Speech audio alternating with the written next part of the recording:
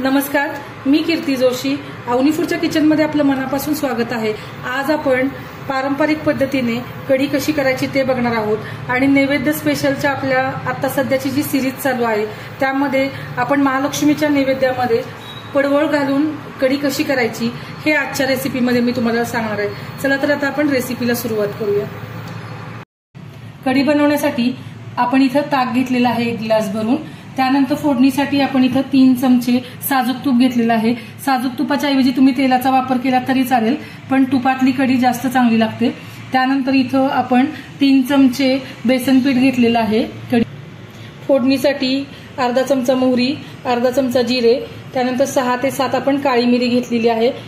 1 आपण तमालपत्र घेतलेलं आहे, कढीपत्ता, त्याच्यानंतर साखर घेतली आहे, चवीनुसार मीठ. आणि ह्या कढीचं वैशिष्ट्य म्हणजे जेव्हा आपण महालक्ष्मीच्या नैवेद्यासाठी कढी करतो तर त्यामध्ये पडवळाचा मान असतो, म्हणून इथं पडवळ मी बारीक चिरून घेतलेला आहे.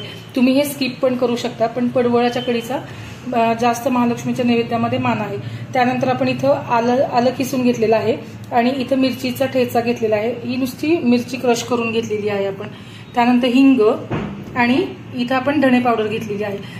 मी जिरे पावडर घालणार नाहीये कारण मी जिऱ्यांचा वापर करते. चला तर आता आपण कढीला फोडणी देऊया आणि त्याचबरोबर आपल्याला कोथिंबीर पण घ्यायची. आता आपण जे 1 ग्लास ताक घेतलेले त्यामध्ये हे बेसन पीठ मिक्स करून घेऊया आणि हे बेसन पीठ आपल्याला एकजीव ढवळायचे. आपण रवीच्या साह्याने ते एकत्र करूया जेणेकरून गाठी सगळ्या फुटल्या पाहिजेत. आणि हे बेसन पिठाचं जे प्रमाण आहे, तुम्हाला जर कढी खूप दाटसर हवी असेल तर तुम्ही हे बेसन पिठाचं प्रमाण वाढवू शकता, पण थोडीशी पातळसर कढी करायची त्यामुळे इतकं ठेवलेलं आहे. तुम्हाला जर घट्ट पाहिजे असेल तर अजून एखादा चमचा तुम्ही बेसन पीठ वाढवू शकता. आता आपण हे सगळ्या गुठळ्या व्यवस्थित एकजीव करून घेऊया. तुम्ही इथं बघू शकता ताकामध्ये मी सगळं बेसन व्यवस्थित मिक्स करून घेतलेलं आहे रवीच्या साह्याने आणि त्याच्यामध्ये एक पण गुठळी राहिलेली नाहीये. तर आता आपण कढी फोडणीला टाकूया.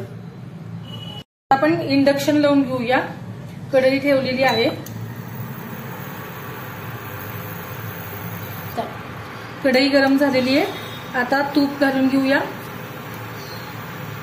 आता आपण तुपाची फोडणी करतोय त्यामुळे व्यवस्थित आपण तूप घालून घ्यायचंय आणि तुपामध्ये अगदी आपण अर्धा चमचा तेल घालायचे जेणेकरून आपली तुपाची फोडणी करपणार नाही. कधीही लक्षात घ्या, जेव्हा आपण तुपाची फोडणी करतो कुठल्याही गोष्टीला तर त्यामध्ये थोडंसं एक अर्धा चमचा तेल घालायचं जेणेकरून आपली फोडणी कढईमध्ये लागत नाही.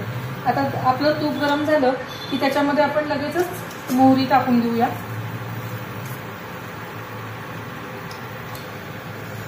सगळी मोहरी टाकून घेतली.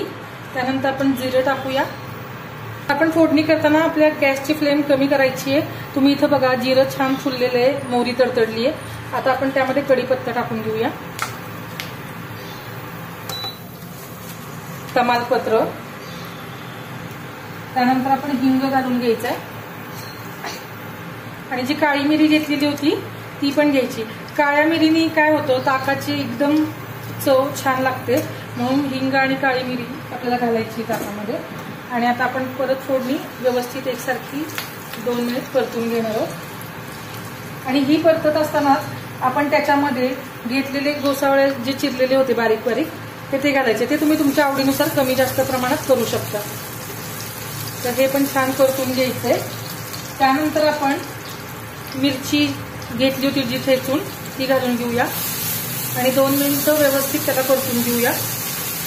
हे सगळं घातल्यावरती आपण त्याला छान मिक्स करून घेणार आहोत आणि मग आपण त्या स्टेजवरती आलं घालायचंय. आलं पण आपण 2 मिनिट त्याला फोडणीमध्ये परतून घ्यायचंय. कढीला आपला खूप छान स्वाद येतो. हे सगळं आपल्याला फक्त व्यवस्थित परतून घ्यायचंय. आणि मग काय तर ह्याच्यामध्ये आपण जे मिक्स केलेलं जे ताक होतं डाळीच्या पिठामध्ये ती फोडणी खमंग झाली आपली बसली की 2 मिनिट आपण गोसावळं पण परतलेले. आता आपण हे ताक घालून घेऊया.